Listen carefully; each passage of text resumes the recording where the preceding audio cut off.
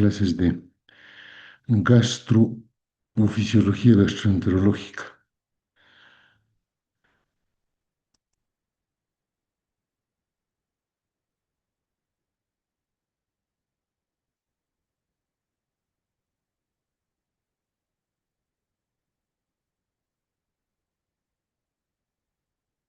Si me confirman que tienen imagen y sonido, por favor.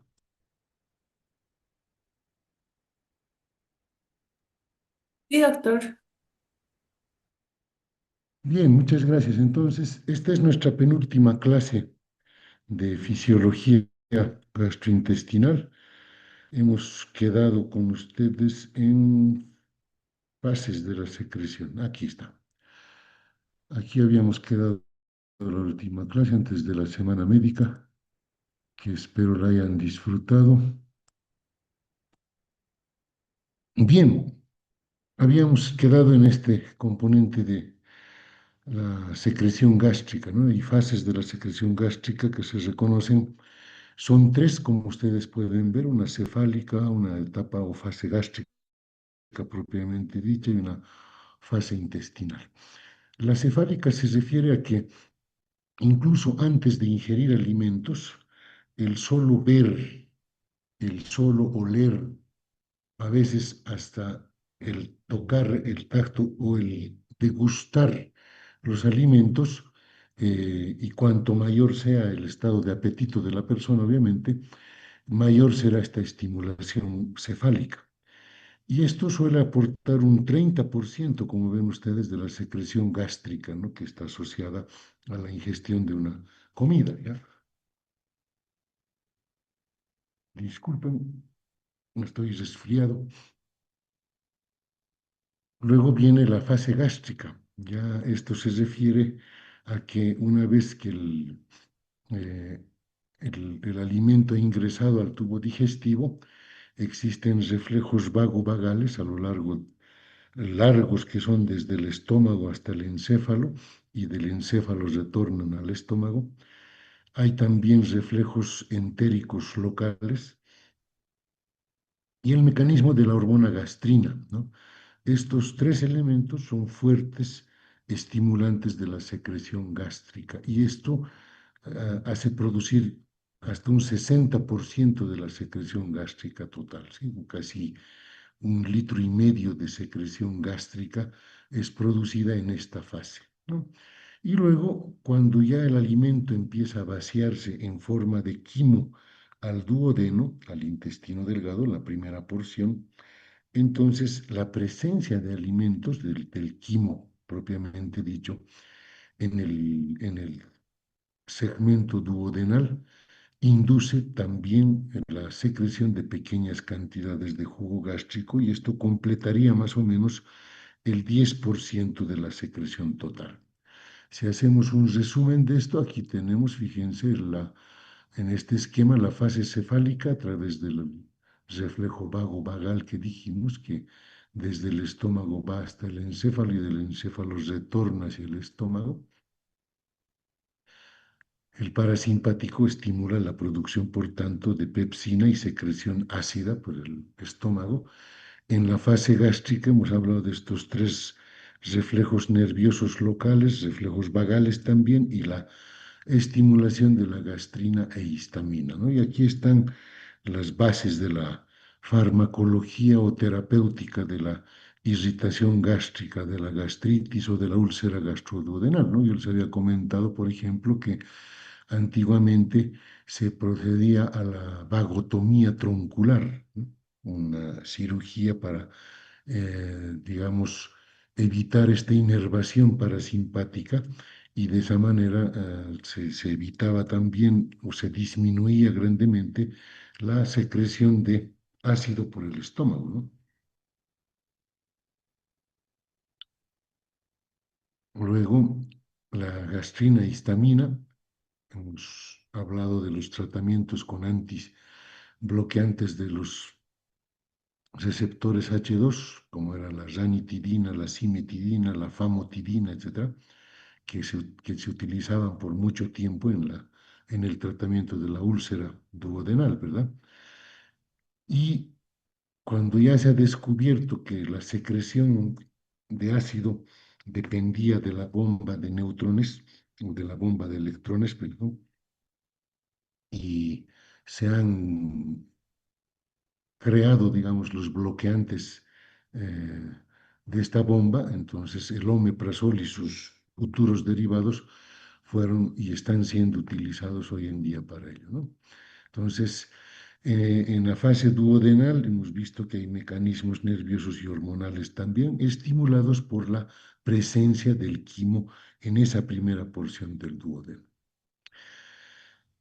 Pero también hay inhibición de la secreción gástrica por otros factores intestinales, ¿no? Como hemos visto hasta ahora, si bien la presencia de alimento, la llegada de ese alimento al estómago, el paso del alimento como quimo al duodeno estimulan la secreción gástrica, el quimo intestinal ligeramente estimula esa secreción gástrica durante la fase intestinal precoz, pero paradójicamente inhibe la secreción en otros momentos, ¿no? Por ejemplo, ya la presencia de alimentos en el intestino delgado empieza a inducir un reflejo enterogástrico inverso. ¿Qué quiere decir eso? Que cuando ya está pasando todo el quimo que ha sido tratado ya en el estómago hacia el intestino delgado, hacia el duodeno.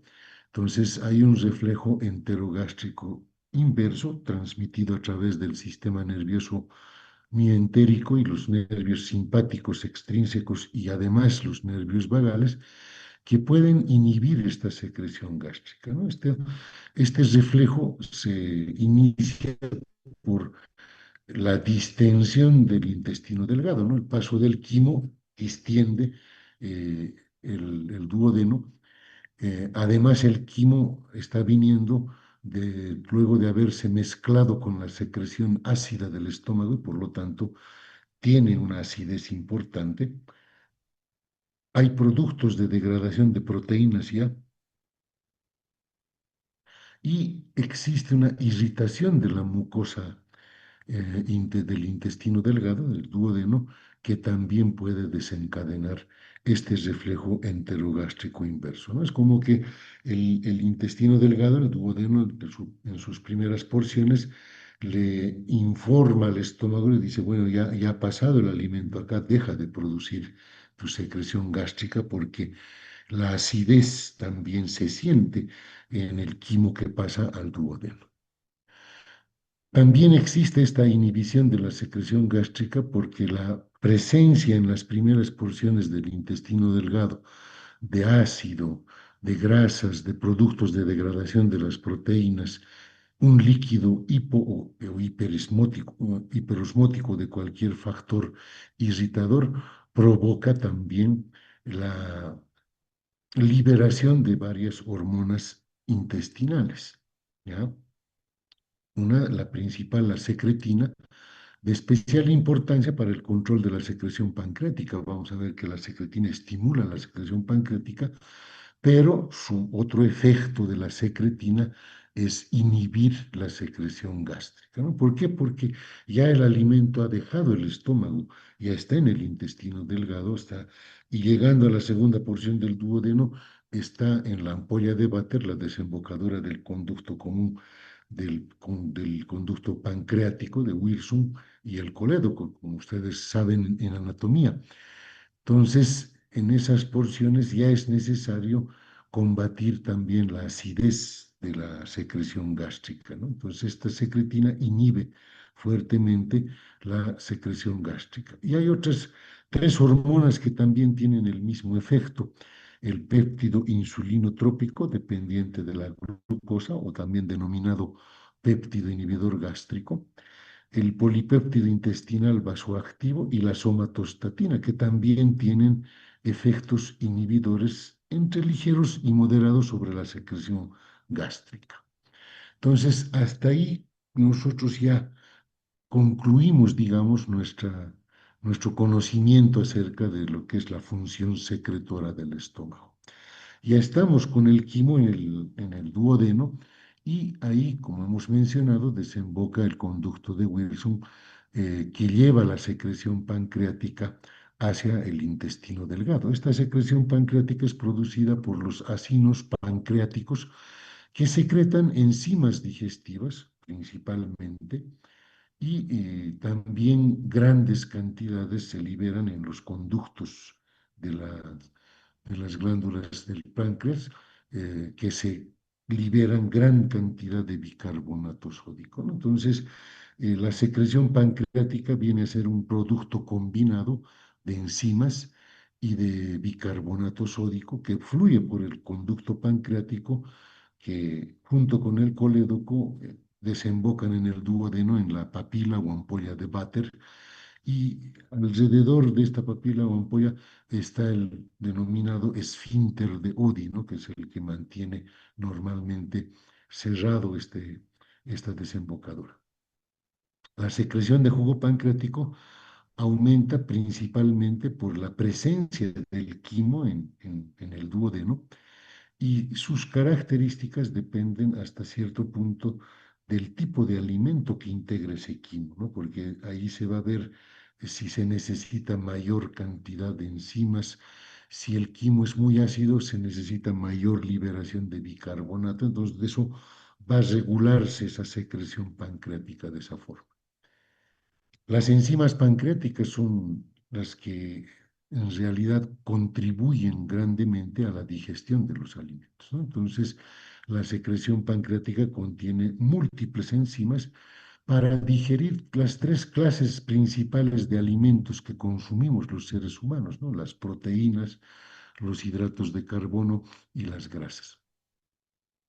También se posee grandes cantidades de iones de bicarbonato, hemos dicho, que desempeñan un rol más que todo en la neutralización del quimo ácido que procede del estómago y llega así al duodeno.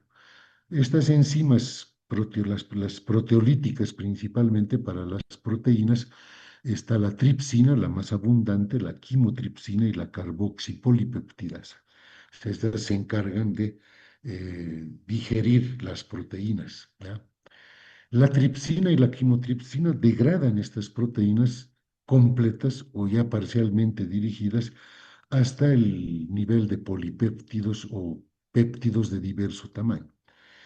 No los llegan a descomponer en aminoácidos todavía. En cambio, la carboxipolipeptidasa es la enzima que sí eh, degrada los péptidos en aminoácidos individuales y de esa manera se van a reabsorber, ¿ya? Se termina así la digestión de las proteínas hasta el estadio de aminoácidos y estos aminoácidos son reabsorbidos después en el intestino delgado. Para los carbohidratos, para digerir los hidratos de carbono, la principal enzima pancreática es la amilasa pancreática que hidroliza almidones y el glucógeno y la mayoría de los hidratos de carbono restantes, ¿no? Excepto la celulosa. La celulosa no se digiere, por eso es que la celulosa se utiliza mucho para mejorar el tránsito intestinal, ¿no? Para hacer ocupar espacio en el intestino y que eso promueva el peristaltismo intestinal, ¿no? Por eso se recomienda comer verduras, por ejemplo, que tienen bastante celulosa y eso ayuda a tener un tránsito intestinal y evitar el famoso estreñimiento, ¿no? La amilasa reduce los hidratos de carbono hasta formar disacáridos o trisacáridos. Las enzimas principales para la digestión de grasas, en cambio, fíjense, son la lipasa pancreática, capaz de hidrolizar grasa neutra a ácidos grasos o monoglicéridos, la colesterol esterasa, que hidroliza los ésteres de colesterol, y la fosfolipasa, que separa los ácidos grasos de los fosfolípidos, ¿no? Entonces, estas tres enzimas se ocupan de la digestión de grasa. Entonces, las enzimas pancreáticas sintetizan enzimas proteolíticas, pero en forma inactiva, ¿no? La tripsina, por ejemplo, tiene su forma inactiva denominada tripsinógeno. La quimotripsina, el quimotripsinógeno y la procarboxipolipeptidasa. Esto quiere decir que Estos compuestos son secretados inactivos en el páncreas porque de otra manera estos pueden, si se activarían dentro del páncreas, van a producir la digestión del propio tejido pancreático, ¿no? Pues no se olviden que nuestros órganos, nuestros tejidos están compuestos de proteínas, de grasas y de fosfolípidos también, ¿no? Entonces, estos compuestos solo se activan cuando llegan a la luz del intestino delgado.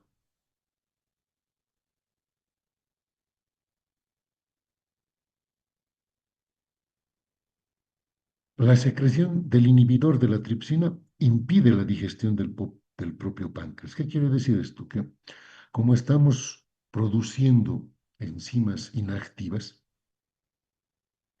hay una sustancia que se está secretando en las mismas células que producen las enzimas, denominada inhibidor de la tripsina. Esta sustancia está formada en el citoplasma de las células glandulares. Impide esta sustancia, el inhibidor, la activación de la tripsina tanto dentro de las células secretoras como en los acinos pancreáticos y los conductos pancreáticos. Además, es la tripsina la que activa a las demás enzimas proteolíticas del páncreas. Por lo tanto, cuando es inhibida la tripsina, a su vez también se está evitando la activación de las otras enzimas proteolíticas que hemos visto. Cuando no ocurre esto, ¿ya? Cuando hay una lesión pancreática grave, cuando hay una obstrucción de los conductos de Wilson y el colédoco, y se acumulan grandes cantidades de la secreción pancreática en el mismo páncreas, y ahí empiezan a activarse estas enzimas, y eso es lo que produce, eso es el origen a la pancreatitis aguda. En otras palabras, el cuadro de pancreatitis se debe a que las enzimas pancreáticas se han activado dentro del páncreas, ya en las estructuras glandulares, acinares y de los conductos pancreáticos. Y eso ha empezado a digerir eh, las proteínas del propio tejido pancreático, ¿no? Y eso es lo que origina la pancreatitis aguda. Hemos visto que es importante la secreción de bicarbonato, porque los otros dos componentes importantes del jugo pancreático son los iones de bicarbonato y agua. Son secretados principalmente por las células epiteliales de los conductillos y conductos. En los acinos, en las glándulas, se secretan las enzimas, ¿no? Y el inhibidor de tripsina también. Pero en los conductillos y conductos pancreáticos que nacen de los acinos, ahí lo que más se secreta es bicarbonato y agua. Cuando el páncreas recibe un estímulo para la secreción de cantidades importantes de jugo pancreático, la concentración de iones de bicarbonato puede aumentar incluso a 145 miliequivalentes por litro, y eso es casi 5 veces a la cantidad de bicarbonato que hay en el plasma.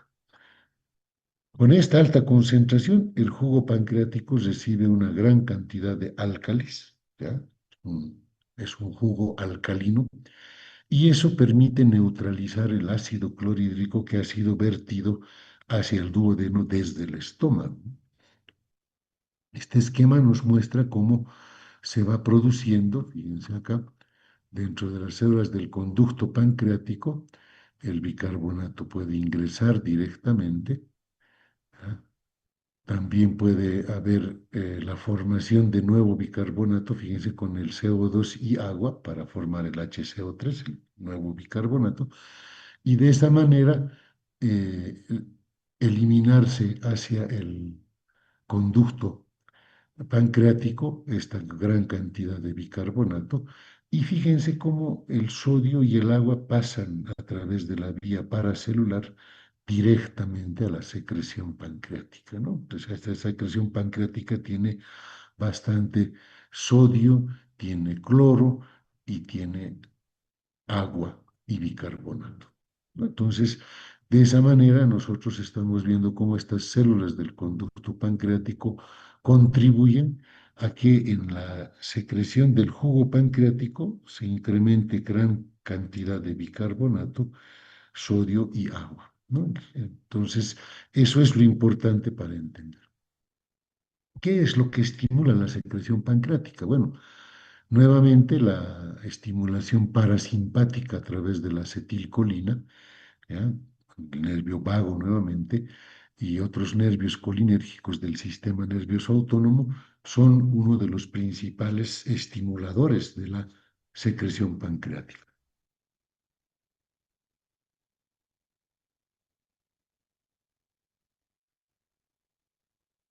La colecistocinina, secretada en la mucosa duodenal y en las primeras porciones del yeyuno, cuando entran los alimentos al intestino delgado, se produce colecistocinina y esta también estimula la secreción pancreática. Y la más importante, la secretina, secretada por la misma mucosa duodenal y en el yeyuno, cuando ya llegan los alimentos muy ácidos provenientes del estómago, ¿no?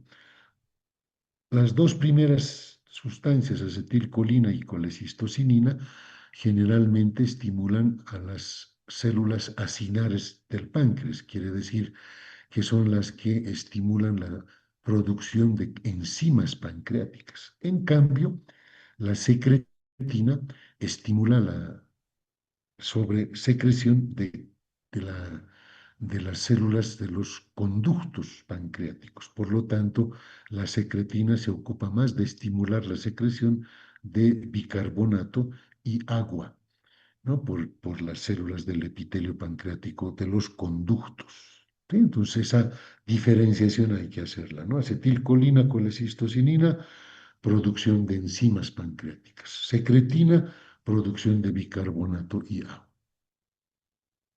También el páncreas tiene una fase cefálica y gástrica e intestinal, y son prácticamente las mismas señales que nerviosas de origen encefálico que producen la secreción gástrica, que hemos visto en un esquema inclusive, que estimulan la liberación de acetilcolina en las terminaciones nerviosas del nervio vago en el páncreas. Esta fase cefálica aporta alrededor del 20% de la secreción total de las enzimas pancreáticas después de haber ingerido una comida. En la fase gástrica, la estimulación nerviosa de la secreción pancreática continúa y esto añade entre un 5 a 10% de enzimas pancreáticas secretadas después de una comida, ¿no? Ya en la fase intestinal, una vez que el quimo pasa del estómago y entra al duodeno, la secreción pancreática se vuelve mucho más grande, ¿no? Copiosa, sobre todo respondiendo a la hormona secretina, que estimula más que todo, hemos dicho, la secreción de bicarbonato y agua, y esto ayuda a neutralizar el quimo del ácido que ha provenido del estómago. La colecistocinina contribuye al control de la secreción pancreática de enzimas digestivas, como dijimos, y su liberación depende especialmente de la presencia de proteosas y peptonas que son producto de la degradación parcial de las proteínas y además son estimuladas por los ácidos grasos de cadena larga que están también en el quimo procedente del estómago, ¿no? Entonces son estas sustancias las que estimulan la producción de colecistocinina, que hemos dicho que ayuda a la producción, liberación de enzimas pancreáticas, ¿ya? Entonces, ahí tienen ustedes la inervación vagal que libera o promueve la secreción en los acinos pancreáticos de las enzimas, ¿no? El ácido del estómago, que ha pasado a esta primera porción del duodeno, hace liberar secretina en la pared del duodeno. También lo hacen las grasas y las peptonas que hemos visto. Y los mismos aminoácidos inducen la secreción de colecistocinina, que igual contribuye a aumentar la secreción de enzimas, ¿no? La secretina y la colecistocinina pasan al torrente sanguíneo y por la irrigación que tiene el páncreas empieza la secretina a actuar produciendo una abundante secreción de líquido pancreático con bicarbonato, y la colecistocinina produciendo la secreción de las enzimas pancreáticas, ¿no? Entonces, ese es más o menos el resumen que se puede decir. Ahora pasamos al último componente de la secreción gastrointestinal, y ahora nos referimos a la secreción de bilis por el hígado, ¿ya? Una de las muchas funciones del hígado consiste en la producción de bilis, más o menos entre 600 a 1000 ml por día, ¿ya?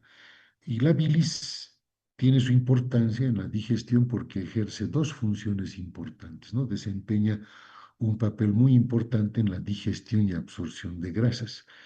La bilis, la secreción biliar, ayuda a emulsionar las partículas de grasa de los alimentos y las van separando unas partículas grandes en partículas diminutas, ¿no?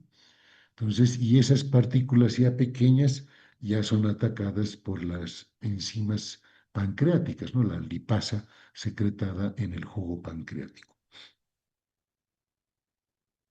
La secreción biliar favorece, por lo tanto, la absorción de los productos finales de la digestión de las grasas a través de la mucosa intestinal. Luego, la bilis también tiene otra función, que es servir como medio de excreción de varios productos de desecho, por ejemplo, la bilirrubina, que es un producto final de la destrucción de hemoglobina, y también la bilis ayuda a eliminar el exceso de colesterol. Entonces, son esas dos funciones digestivas que se reconocen en la secreción biliar. El hígado produce la bilis a partir de los hepatocitos. Son nuestros hepatocitos los que secretan en la porción inicial, que contiene gran cantidad de ácidos biliares, colesterol y otros componentes orgánicos. Y esta bilis pasa a los diminutos canalículos biliares que están situados entre los hepatocitos, ¿no? Luego, la bilis fluye por los canalículos biliares hasta los tabiques interlobulares. Ahí desembocan en los conductos biliares terminales y estos progresivamente van conformando el conducto hepático común y el conducto colédoco, ¿no? Y estos dos son los que vierten la bilis a la segunda porción del duodeno, porque desembocan junto con el conducto pancreático principal en la ampolla de Vater, ¿no? Hemos dicho que ahí es, anatómicamente está descrito, es una desembocadura como cañón de escopeta doble, ¿no? O sea, un conducto es el pancreático y el otro es el colédoco. Entonces, de ahí directamente el duodeno lleva, digamos, la secreción biliar hacia el intestino, y lo que no es llevado hacia el intestino puede ser almacenado durante minutos u horas en la vesícula biliar. ¿Por qué? Porque el conducto cístico que se une al conducto hepático permite que esa cantidad, la cantidad que no se necesita de bilis, retorne hacia la vesícula y ahí se quede minutos a horas almacenado. Y obviamente cuando es estimulada la secreción biliar, también se estimula la contracción de la vesícula biliar y se van vaciando estas reservas de secreción biliar que se han depositado en algún momento en la vesícula biliar. Aquí tenemos lo que le mencionamos, ¿no? Los ácidos biliares estimulan la secreción de los hepatocitos. La secretina transportada por la sangre también estimula la producción ductal del hígado. Fíjense, la secretina también actúa sobre el hígado. La bilis se almacena y concentra hasta 15 veces en esta vesícula que ven acá, a través de su llegada por el conducto cístico, ¿ya? No es que la vesícula biliar produce bilis, no. La vesícula es un reservorio de bilis, ¿no? Y la bilis le llega por el conducto cístico, que una vez que se une al conducto hepático común, conforman el conducto colédoco, que es el que desemboca en la segunda porción del duodeno. La estimulación parasimpática vagal produce también contracciones débiles de la vesícula que pueden vaciar también nuevamente el contenido para que sea transportado hacia hasta el duodeno.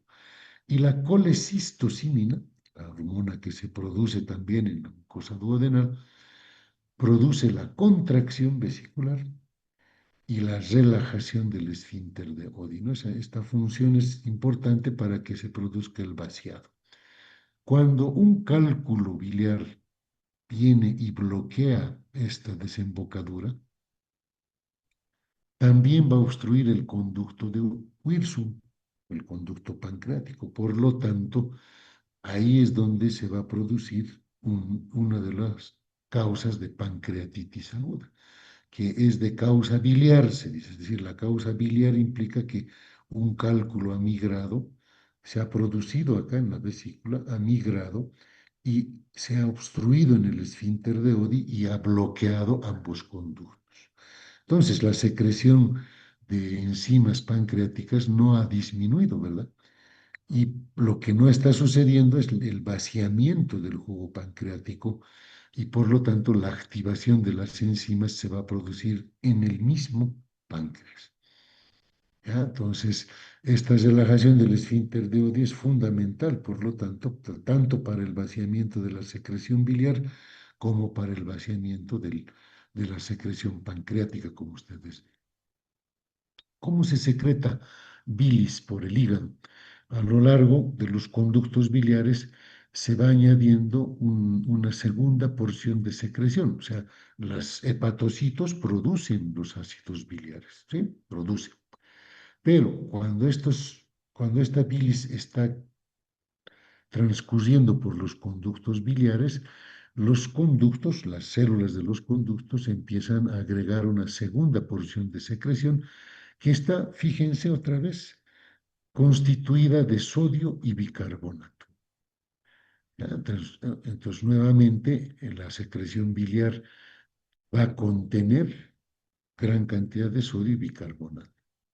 ¿No? Entonces, esta segunda secreción duplica la cantidad total de bilis y su estimulación es a partir de la secretina, promotora también de la liberación adicional de iones bicarbonato, que se añaden a los de las secreciones pancreáticas para neutralizar el ácido que llega al duodeno. Es decir, tanto la secreción biliar como la secreción pancreática, ¿ya? eh, est- están conteniendo una buena cantidad adicional de bicarbonato y ayuda esto a neutralizar el quimo ácido que llega al duodeno procedente del estómago. Entonces, los hepatocitos producen continuamente bilis y la mayor parte de esta se almacena en la vesícula biliar hasta que el duodeno la necesita. Se puede almacenar entre 30 y 60 ml de secreción biliar.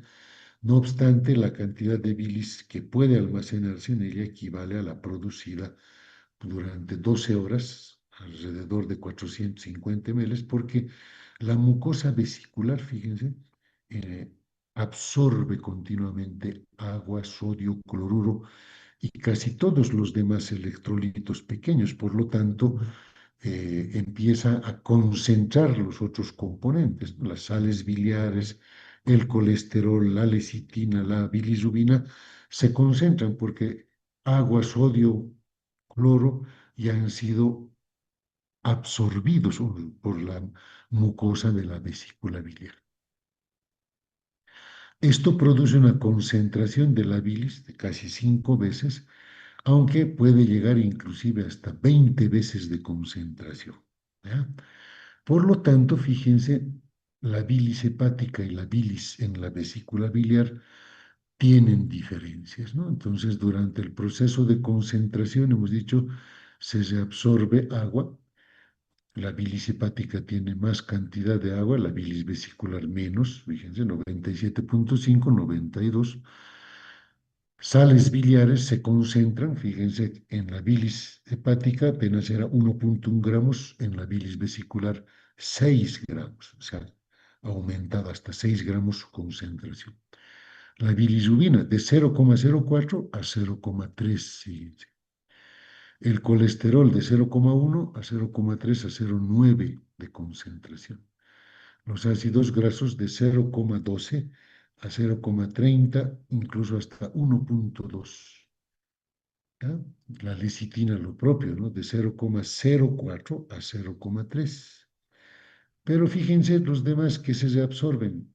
El sodio ya está en menos cantidad, el potasio también se concentra acá, el calcio, el cloro ya está en menos cantidad y el bicarbonato, fíjense, también en menos cantidad. Entonces, durante el proceso de concentración vesicular se reabsorbe agua y electrolitos, exceptuando calcio, fíjense, el calcio se concentra también en la vesícula. En la totalidad del resto sobre todos los componentes de sales biliares y sustancias lipídicas, colesterol, lecitina, no se reabsorben, por eso se concentran en la bilis, en la vesícula biliar, y ahí están en alta concentración.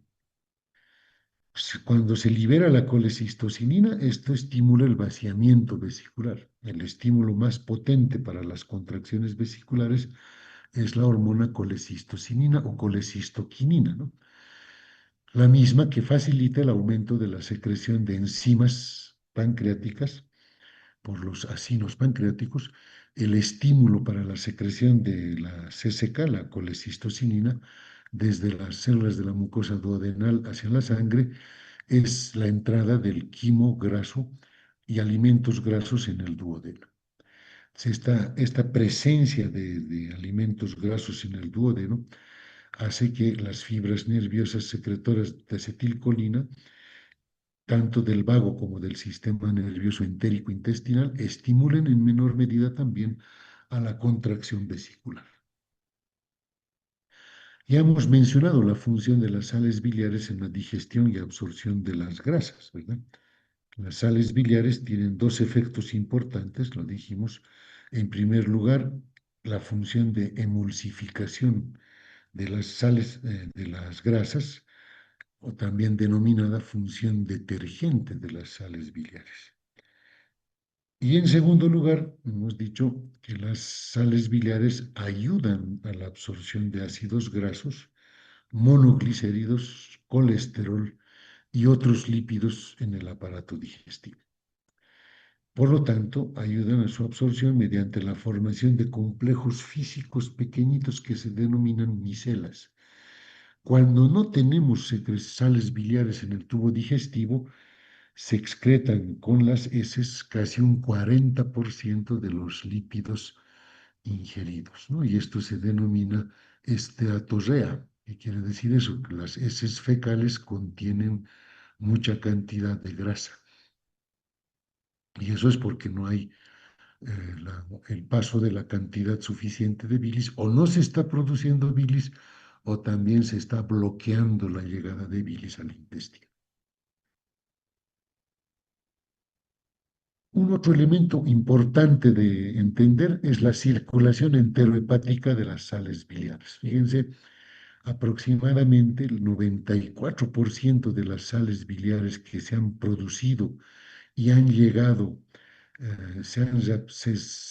han llegado al intestino delgado, se reabsorben desde el intestino delgado. ¿Ya? La mitad lo hace por difusión a través de la mucosa de las primeras porciones del intestino y el resto por transporte activo a nivel del ilion distal. Pero el 94% de las sales biliares se reabsorben a la sangre desde el intestino delgado.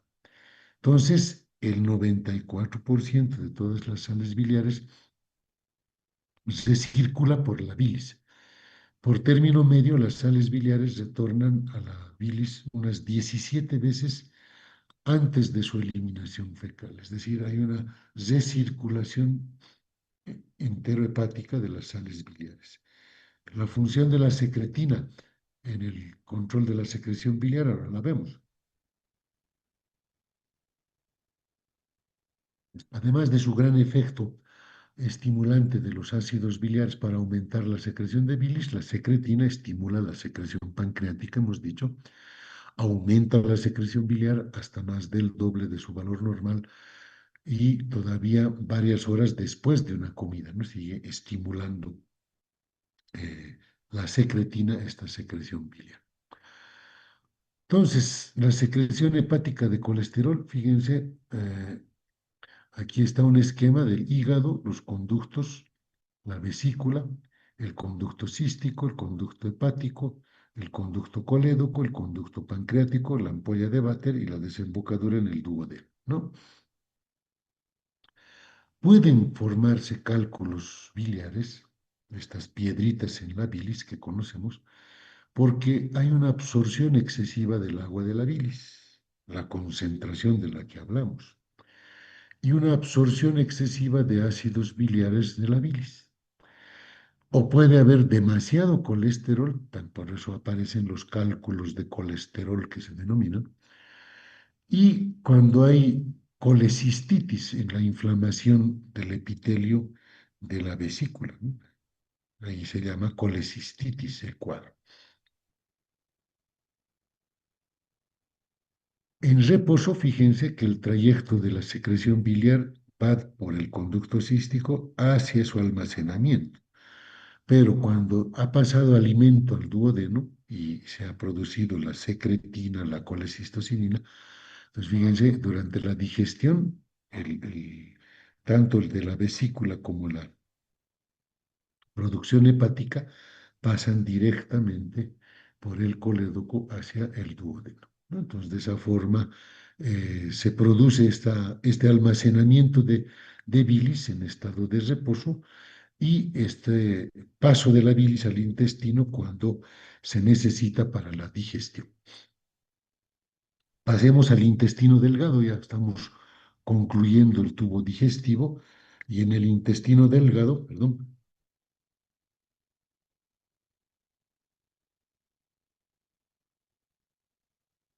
vamos a ver que la principal secreción a nivel del intestino delgado y del intestino grueso es la secreción de moco o mucosa por las glándulas de Brunner en el duodeno.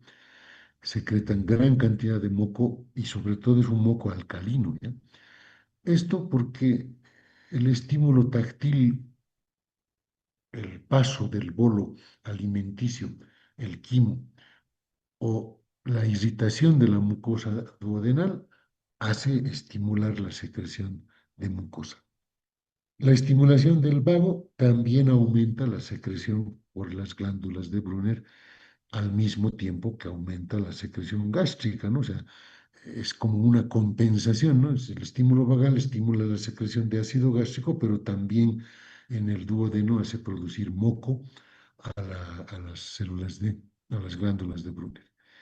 Y las hormonas gastrointestinales, en especial la secretina, también estimula la secreción de moco por las glándulas de Brunner. Por lo tanto, este moco contiene una gran cantidad de iones bicarbonato que se suman a la secreción pancreática y biliar y contribuyen también a neutralizar el ácido clorhídrico del estómago que ha penetrado en forma de quimo hacia el duodeno.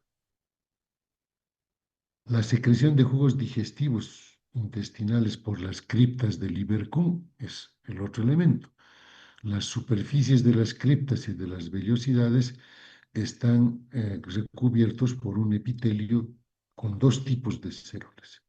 Unas las células caliciformes, secretoras de moco, ¿ya?, que lubrican y protegen a la superficie intestinal, y luego están los enterocitos, un gran número de enterocitos entre las criptas que secretan gran cantidad de agua y electrolitos, ¿no?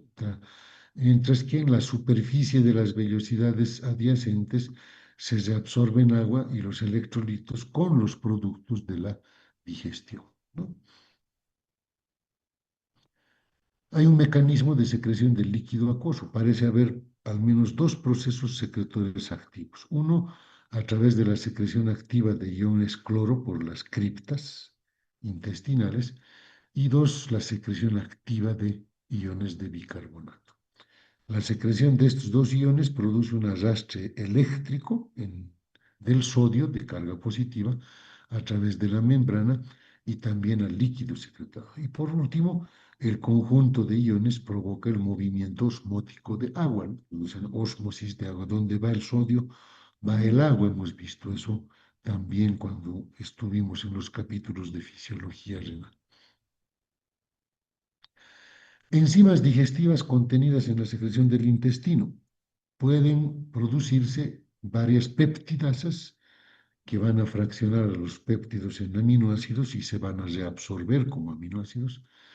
Cuatro enzimas que descomponen los disacáridos en monosacáridos, la sacarosa, maltosa, isomaltosa y lactasa. Pequeñas cantidades de lipasa intestinal que va a escindir grasas neutras en glicerol y ácidos grasos para que se absorban de esa forma también. El ciclo vital de cada célula intestinal es más o menos de 5 días. Este crecimiento rápido de nuevas células permite la reparación continua de las escoriaciones, irritaciones que puedan haber afectado a la mucosa. Es decir, hay un recambio cada 5 días de toda la mucosa intestinal, ¿no? De las células de la mucosa intestinal. ¿Cómo se regula la secreción del intestino? Son sobre todo los estímulos locales, ¿ya? Los factores más importantes son los reflejos nerviosos entéricos locales. Están iniciados sobre todo por el estímulo táctil o irritación que produce el quimo cuando está transcurriendo por el intestino delgado. Este estímulo táctil es la presencia del bolo alimenticio, ¿no? Que está transcurriendo por el intestino delgado, y la irritación puede producirse ya sea por lesiones a la mucosa intestinal o porque al principio puede haber mucho más cantidad de ácido del esperado y ese ácido estar irritando la mucosa, ¿no? Por eso se secreta una se incrementa, mejor dicho, la secreción del intestino delgado. Y esa secreción incorpora la secreción de moco, que hemos visto, que es un moco alcalino, pero también de ciertas enzimas que ayudan en la digestión final de los alimentos. ¿Qué sucede en el intestino grueso? La secreción de moco tiene lugar en las criptas del Ibercum, con células mucosas que solo secretan moco, fíjense, nada más que moco. Este moco contiene grandes cantidades de bicarbonato, otra vez, secretadas por las células epiteliales distintas a las que producen el moco, ¿no? La secreción de moco está sobre todo regulada por estimulación directa de las células mucosas de la superficie interna del intestino grueso y reflejos nerviosos locales que se originan en las células mucosas de las criptas. El moco del intestino grueso protege la pared del intestino frente a cualquier excoriación y además produce adhesión de la materia fecal, ¿no? O sea, envuelve la materia fecal también, la adhiere para que no se esté disgregando, digamos. Entonces, proteger la pared intestinal también de la gran actividad bacteriana existente en el interior de las heces y su alcalinidad son elementos protectores de la mucosa del intestino delgado. Entonces, la secreción de moco es la más importante ahí. La última parte simplemente era mencionar que cuando el intestino grueso no está funcionando adecuadamente, los procesos de producción de heces líquidas pueden desencadenarse ahí, ¿no? Entonces, cada vez que hay una enterocolitis, por eso se llama enteritis, y colitis, enteritis intestino delgado, colitis intestino grueso. Eso hace que muchas de las secreciones de los electrolitos se pierdan y no se reabsorban, ¿no? Sino más bien se van hacia las heces se hacen líquidas, ¿sí? Las deposiciones líquidas con gran cantidad de electrolitos, ¿no? Y es por eso que si no se hace un tratamiento rápido de las diarreas, estas pueden desencadenar la disminución importante de estos iones, principalmente el sodio, el potasio y el cloro, ¿no? Entonces, ahí son mecanismos que ya los vamos a ver. El siguiente viernes tenemos la última clase, el capítulo 66, me parece, y con eso concluiríamos el temario de gastrointestinal, porque el capítulo último se refiere más a fisiopatología y eso no ingresa en el aprendizaje de la fisiología, ¿no? Entonces, según tenemos nosotros previsto en el programa curricular, terminaríamos con el capítulo siguiente y desde el lunes ya entrarían ustedes, según entiendo, a endocrinología o tal vez a hígado, con la doctora Amaya o con el doctor Germán Solco, ¿ya? Entonces, el viernes terminamos nuestras clases de digestivo, así que nos vemos el día viernes. Muchas gracias por su presencia o si tienen alguna consulta, pues con mucho gusto estoy a su disposición.